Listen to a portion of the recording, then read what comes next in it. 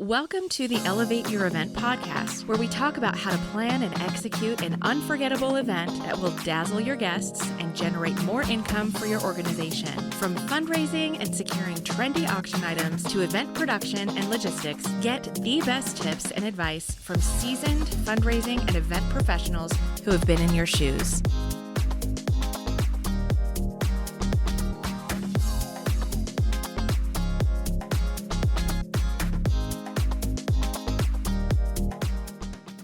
Welcome back to the Elevate Your Event podcast, where we talk about all the various ways that you can make your fundraising events better and raise more money. And we've got some amazing guests here today. We've got Kristen Wheeler. Kristen, why don't you introduce yourself? I'm Kristen Wheeler. I do marketing for Handbid now, but in a past life, I actually ran galas and walk events. And fun fact, I used to produce the local segments of the Jerry Lewis Labor Day Telethon. Sweet. And look, and she is still smiling after all of that. I bleached my gray hairs. And Lori Mackay. Well, hello, I am Lori Mackay, and I've worked for Handbid for, a while, 5-6 years or whatnot, but I do coaching sessions. I am a service person as well as an onboarding specialist. I've worked a bajillion events, I like to say. A bajillion. lot. I'd like to see how that's spelled. Bajillion. I've worked quite a few events in all different venues, and so now I just give my opinion. That's right. You share your wisdom with the world on the Elevate Your Event podcast, and we're happy to have you. I'm Jeff Porter, CEO of Handbid. I have been involved in fundraising events well before we founded Handbid. I was kind of thrown into that world in 2006 was the one that I was directly involved in for the first time, and then we started 2 fundraisers that year. One was a golf tournament, and that was in D.C., and then we had a gala event here, which started actually at my house. And I was there. Yes. I think I was at the first one. That's awesome. And from all of that experience, we ultimately created Handbid. So we've been, involved in fundraisers for, well over 15 years. But the topic that we wanted to talk about today, which is one that comes up a lot, is the classic run of show. We should probably define what a run of show is. Yeah, we probably should. Yeah. So why don't you go ahead and give your definition of a run of show? It is a timeline of the evening, how things are going to run and how it's going to look and where everybody should be. And you have to have sections of it for not just like kind of what the sequence of events are for your fundraiser, but it might be what your video crew needs to be doing or your audio crew or who's supposed to be on stage speaking and what the lighting package needs to be at that point in time. So there's a lot that goes into it depending on what kind of event you're having. And I learned a lot of this the hard way. I remember when we moved from the Cable Center in Denver with our event to Infinity Park. And if you guys are from Denver, Infinity Park has this amazing AV system. It's got these wraparound walls where you can put video that wraps around the entire thing. You can have like different things showing on different screens. They have lighting that uplights and downlights and you name it. And I go in there to meet with the lady and she's like, I'm going to need to run a show. I'm like, oh, what? She's like, I need to run a show. I need to know, like, we're going to sit down right now and design all your lighting packages. So you're going to show, we're going to show the logo here, and we're going to have this thing going here, and we're going to have this video playing, and that's going to be package A and package B. And so we put it all together, and then I had to come back to her and say, okay, at this time, when these things happen, you need to show package A. And it was pretty impressive. Boom, there it went. Package A shows up, right? Like the red lights go up, the logo goes up. So I learned a lot through that process of saying, okay, I need to take this and go to the next level with it. Like we need to really kind of map out our event. And we've learned from plenty of clients as well, who have been in that space. We did one fundraiser with a church, and churches are really good at this, right? Because they run a service, right? And so they have to know, and you'll see if you go to certain church services, they've got the timer in the back, and, you can see how much time's left and whatnot. So all of those things are important. So we've kind of discussed in general what a run a show is, and I'm sure a lot of our guests want to know, okay, so what should go into it in terms of what's the order of events? So maybe let's go back to the fundraiser topic and talk about on the fundraising side, we get this question a lot. What should be the order of events? Everything from opening an auction to registration to what? You want to give your thoughts on that? Or?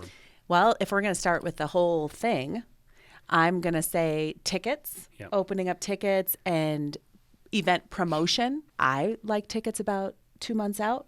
Okay. I think that that's usually a good time. But really, it's really about your venue and when you need to have last minute guest information to your caterer or whatever. There's a lot of factors that go into that. But a couple months out, start promoting your event and get people involved, buying tickets if you sell tickets. Okay. Yeah. What do you think should happen next? Silent auction. Silent auction? Silent auction should Okay. open, I like a week before, 5 days. Okay. Yeah. What do you think, Kristen? I like 5 days. I think 7 is too much.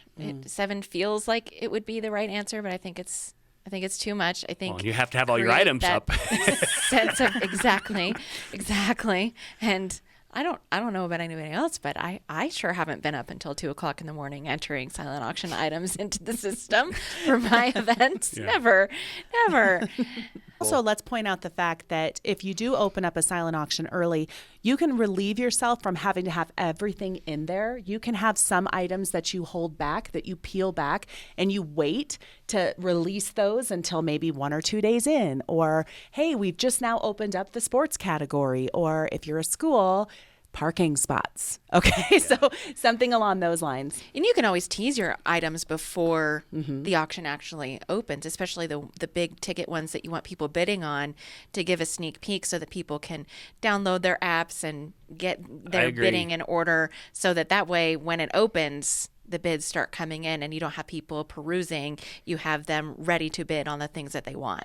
Yeah, I love that idea. And look, it's going to take a lot of stress off you when you get to the day of or night of your event, that you're not staying up till 2 a.m, snapping photos of items and loading them into software to get ready for your auction because it's been open for a few days.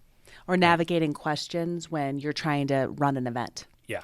You're navigating basic questions that you probably could have mitigated a week before if people were looking at the items. So you also want to make sure you got those cool items in there and that there's interest, that you're promoting it. Why should they bid early? Maybe give some incentive there too. Maybe have an item that's only open before your event. Something that's going to get people in there registered and comfortable with the software and the items prior to the event. That makes sense. Okay, so we've gone 2 months out. We start to sell tickets. We're about a week out. We've got our silent auction up and running. And just full disclosure, I'm not sure I've even been able to get my silent auction open a week in advance. So anybody on this call. Goals. Yes. Goals. If you do it, you're way better than we are, for sure. You have your life in order. That's right. So the silent auction's now open. And so what do you think is next on that spreadsheet or that Word doc that's your run a show? When your event's going to start? Like if you're having an actual event? Okay. So live event? All right. So I don't think we're going to totally dive into what day of the week you should have your event. That's going to probably be driven by a number of factors, including seasons and when the venue has availability and your budget and whatnot. But let's just say, okay, so we're going to have a night event. Okay. Run a shows for day events are a little different, but the order of things is going to be the same. So we're going to do a night event and say it's a Saturday night. Okay, so what do you typically see happen? I would say even a few days before in your run of show, you're talking about communication, about the things that we've talked about in a previous episode about where to park and what to do when you get there, what to bring. If you're sending text messages or emails, where does that go in your programming? Because that is marketing and communication, but it's also programming. I agree. That makes perfect sense. So you don't want people texting you at 3:00 on Saturday asking you where they're supposed to park. Right. Okay. They should have already gotten that email or that text message with that information. So a couple of days in advance, you're going to give them hey, you're going to bring your phone fully charged. Here's where you're going to park. Right. And then here is a general agenda of when things happen. And especially if you're doing something like we've seen a lot, a VIP reception or something that's early. Okay. Plenty of people do that. You have to let your VIPs know. Right. And you have to be prepared for that because you're going to have people showing up early in maybe a special room or a special session while you might have registration starting somewhere else. Yeah. Right. What are some of the things that you can offer at a VIP reception? So you'll have, like if you have a celebrity coming, you'll do a meet and greet. You might have access to, I think we did there was a wine / like bourbon type event we did, and they got access to some of the more premium stuff at this VIP reception, access to silent auction items that were only in that room that closed at that VIP reception. I've seen speakers come and give a presentation, Yeah. book signings. Yeah. I've seen that. Yeah. I mean, really, if you just give some really good drinks, have a special space for them, make them feel special. So let's talk about Handbid for a second. If we're going to come staff your event, we're typically there 90 minutes before your first check-in. So if you are doing a VIP reception, we could be there 90 minutes before that. Or if you're just doing a general registration, we'd be there 90 minutes before that, getting everything prepared in the check-in area. Different topic, but just making sure everything is good to go. I like to put in my run a show at that same time that we're doing last-minute checks on internet, any other issues that we have. You've already done a walkthrough. We probably should have talked about that. There's so much. Right, I know. You've already done a walkthrough. You've walked through with your caterer. You know what's going on there. You already know if you have Wi-Fi. You already know if you have Wi-Fi. You already know if the cell signal's good. But it's always good to do one last-minute check. And what I like to do with that check, 90 minutes or 2 hours in advance, is also make sure that the IT person, whoever's responsible for the internet, you know who they are and you know how to get a hold of them. Okay? Very good. And I'm just assuming you're doing mobile bidding because, vast majority of people that we know today do. But it is important to have, if you're going to do mobile bidding, you have to be able to connect to the internet. And so whether it's cell phones or Wi-Fi or whatever, it's good to know. It's good to find out and kind of get that list of who do I call when people, right? So checklist, who's the venue manager, where's the head caterer, where's the tech guy, Where's the auctioneer? where's the auctioneer. Auctioneers don't always They like to show up. I was just going to say, auctioneers like to show up like 5 minutes before. That's right. Just know that in your run of show. So in your run of show, maybe not in your run of show, but maybe in your planning document, please talk to the auctioneer before the event, like days before the event. Make sure they're bringing their own paddle numbers in most cases, so and if they're not, that you've A, agreed to that, and B, that you have them. Because to your point, they're not showing up 90 minutes before registration. They're going to show up 5 minutes before dinner. Yeah, they're stars. They're really good at what they do. They've got it to a science. That's right. Yep. Okay, so VIP reception. We talked about when you would not have that. You've all agreed with us. All of the listeners on this podcast have agreed you're going to check them all in at VIP. So now we have registration. And I would say, what do you guys think? If we're doing a night event, 90% of the ones I've been to, registration's around 6. Yeah. Yeah. Yeah, 6 for pretty much every one. I'm trying to think if I've done an earlier one. 6 is the standard time. Yeah. I would say. And how long do they run? Well, I'd like them to be at least an hour of check-in. Okay. I'd like a check-in for an hour. Yeah. If it's a small event, maybe you don't need a full hour. But Yeah. But most of the events we work that have several hundred people, it's going to take you an hour. So what you're suggesting then is if you're asking guests to move on to the next stage of the event, please don't do that before 7. And when we say move on to the next stage of the event, like don't make them all sit down and start eating at 7. Is that what you're suggesting? Or? Right. Okay. No, I would say have that scheduled in so you know what everybody's doing from 6 to 7, because you've always got the people that show up at 5:45 for a 6 o'clock event. Yeah. Arrival, Including your board members. That's normal. Yeah. And so they arrive. You got to have something for them to do. So that should be part of your run of show. What are they going to do while everybody else is checking in? Are they going to have drinks? Are they going to have photo booths? Are they going to have silent auction area? Silent auction area. Yep. We'd like that. That makes sense. Okay, so you have to assume that some people are going to arrive, let's just say at 6, okay, all the way up to 6:59. Okay? So if they're arriving at 6:59 and you check them in, I would recommend you still give them some amount of time to hit the bar, check out the silent auction area before you're asking them to move on to the next stage of the event. So in this case, maybe that next stage starts at 7:30. Yeah, 7:15, 7:30. I think that would be good.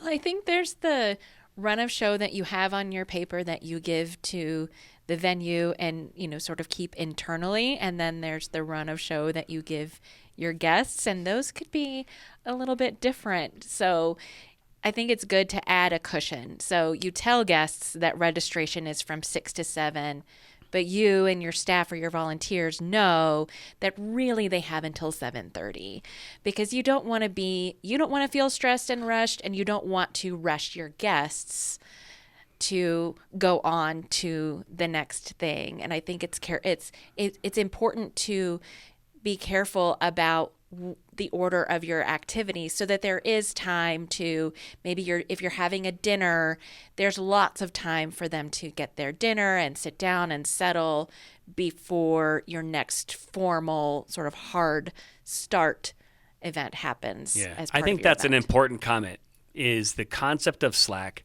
and understanding that you're going to need you cushion slack, whatever I think project managers call it slack.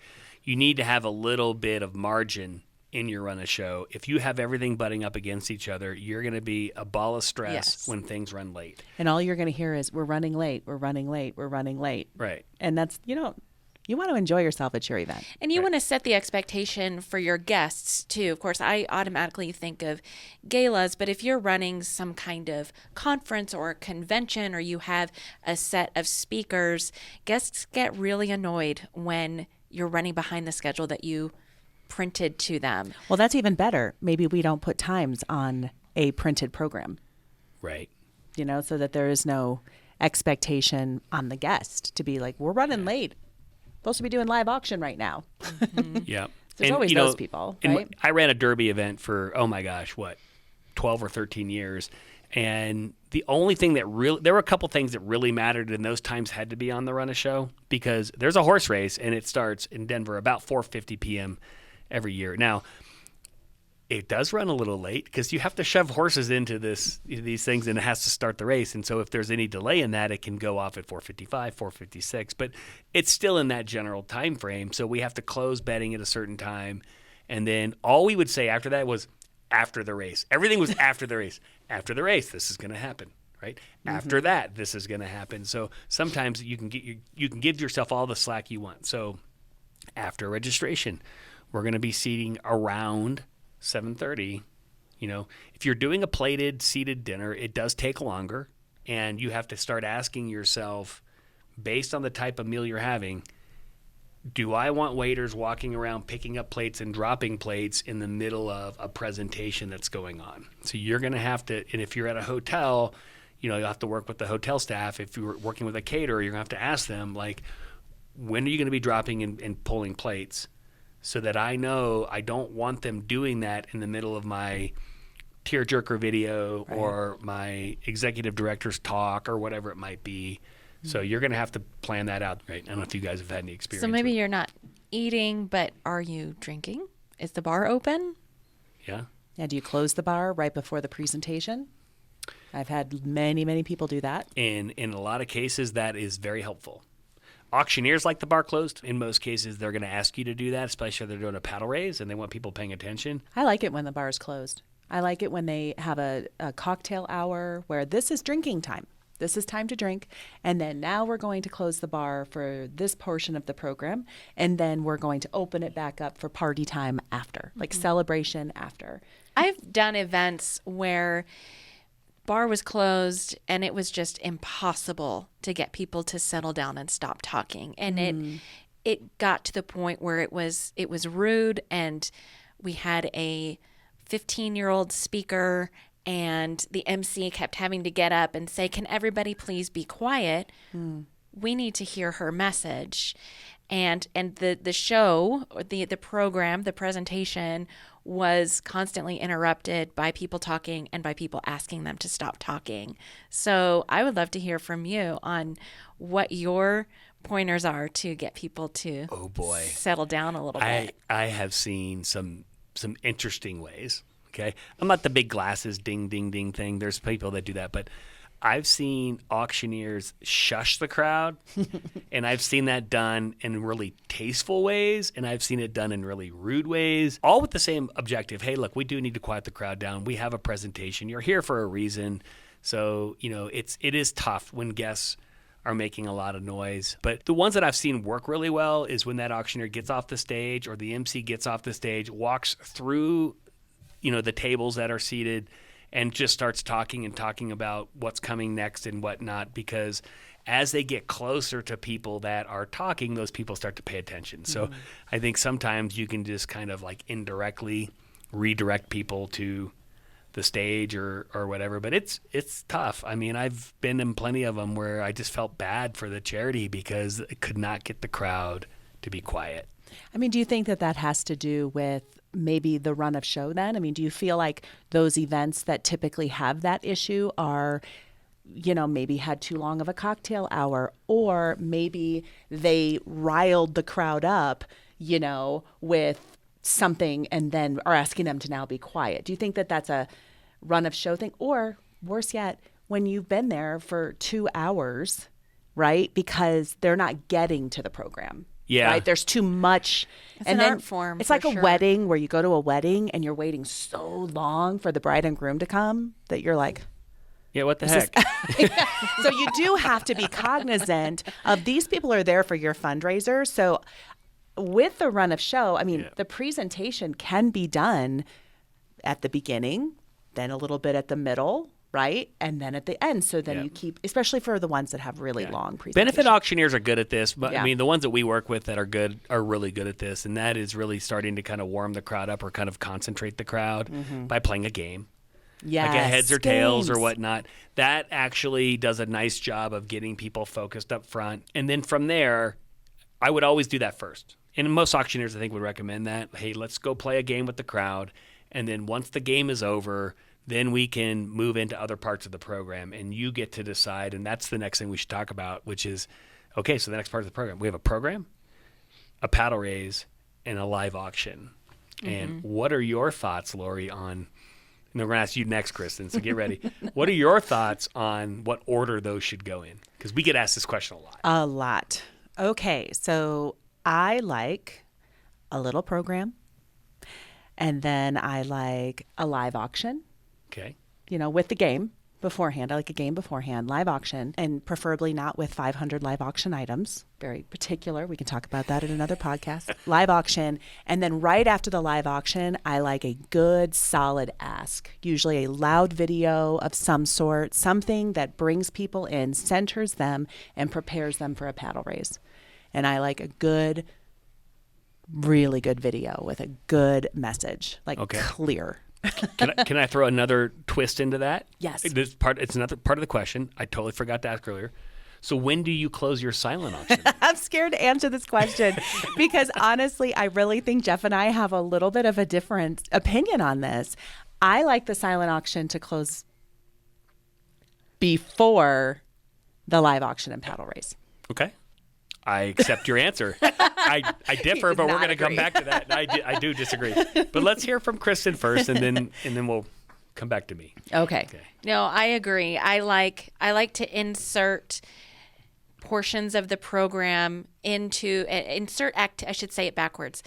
I like to insert activities and interaction in between the program, as we would call it, with videos and a speaker and information. So it's sort of, you got to get them standing up or interacting, and then you got to get them settled down. And again, that's an art form, but I think never underestimate the power of dimming the lights and turning on a powerful video before your paddle raise, before your ask, and before your speaker. I think that can be another way to crowd control is, okay, we're doing a video. Here's your chance to sneak out if you have to use the restroom or do something. And then everybody's kind of quieted down and the lights come up on your speaker. Yep.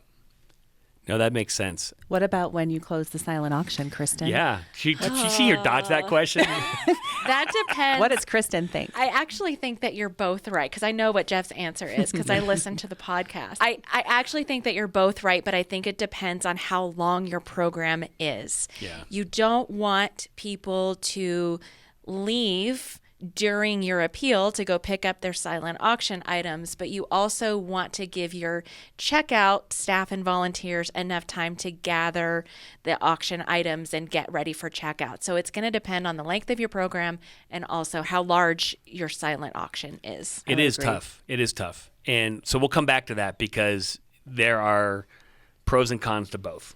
Okay.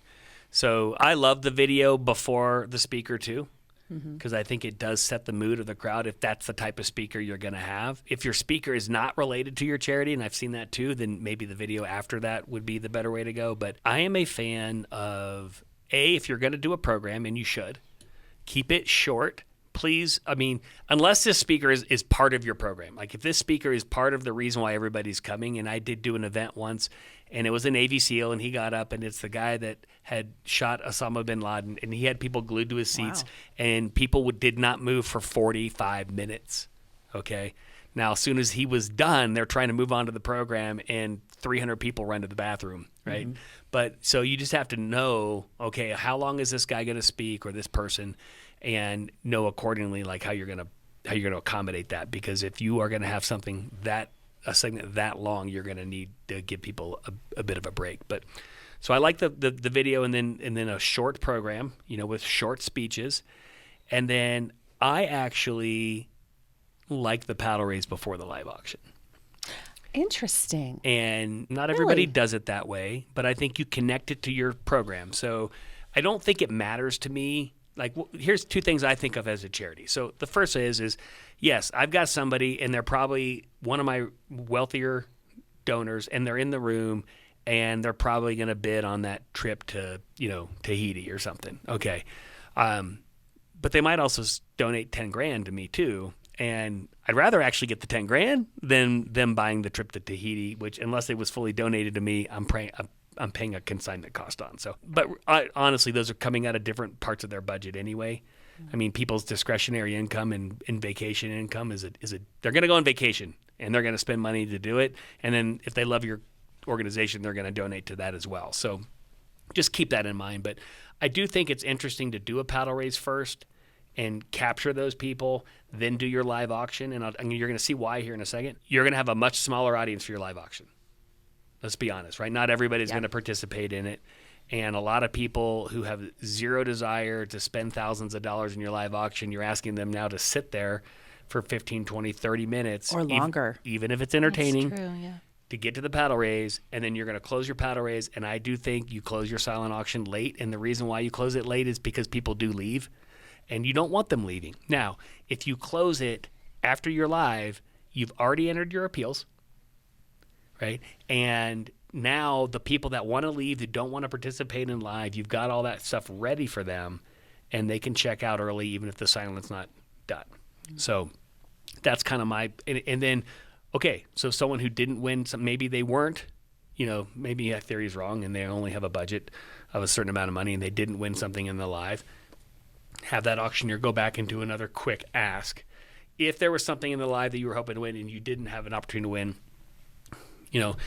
either go into your mobile bidding app and make a donation, or, if you'd like to, pledge a donation right now, we'll take it. And there's a variety of ways. They can either ask at a level, or they can just have people, come up to them or whatever. You can hand out donation cards, so anyway, that's kind of the play I like. So going back through, okay, so you're eating and you're doing your thing, then you do your short program, and then you do your paddle raise, and then you do your live, and at the end of your live, you close silent with it. And at that point, you've entered your appeals, everything's good, and the only thing you have left to do, which you probably, like I know our staff does this, they're entering live winners on the fly, right? And literally you can walk up to them with an iPad and swipe their card right at their table and take care of everything right there. So I think that makes for a cleaner checkout too. Anyway, so there was my long answer. I like that perspective. I It's don't a good know one. if he's right. It's a good point. Well, You decide 2023 how you're I going think one of the things to consider too, a lot of the events I'm working now, we have big concerts, we have big speakers that are coming. Those people, I mean, my opinion on that is they should be at the end. Yes. No matter what, it should be at the very end. And whether you close your silent auction before you have the speaker or before you have the concert, or you run it through, it should still be the last thing. Yeah. Yep. We had the frontmen of country, and so we closed. They came on stage. I have PTSD from this event, but they roughly came on stage about 8:30 or 9, and that was it. Everything was closed by then, right? We knew at that point, let's close out the silent. No one's leaving. They're all going to want to watch the concert, and that actually worked pretty well. Yeah. I prefer that. And then if you want to leave early, it's okay. You have a checkout team that's there and they're missing out on the concert, or, hopefully not a speaker because that's a little strange, but a concert, they can leave whenever they want. Yeah. And then you can have your after party. Mm-hmm. So or the concert is your after party. So it could be if you're having a concert, but you don't want to spend lots of money on a national band or whatever. You can do just an after party. So describe the after parties you've seen. Oh, well, I mean, most of it's just a continuation of the party. The celebration has happened because of the money that they've raised, and then now they're all just celebrating. And the best ones are the ones where the board and the people that have been the face of the fundraising and the volunteers and everybody are just enjoying themselves as well. Like they all just kind of go right out to the dance floor and they start dancing and partying because people love that. Yeah. They love seeing the people that are really involved in the fundraising let loose a little bit and have a little bit of fun. Okay. Well, here's some other things that I love about after party. I would do it in a different spot. Ooh. Okay.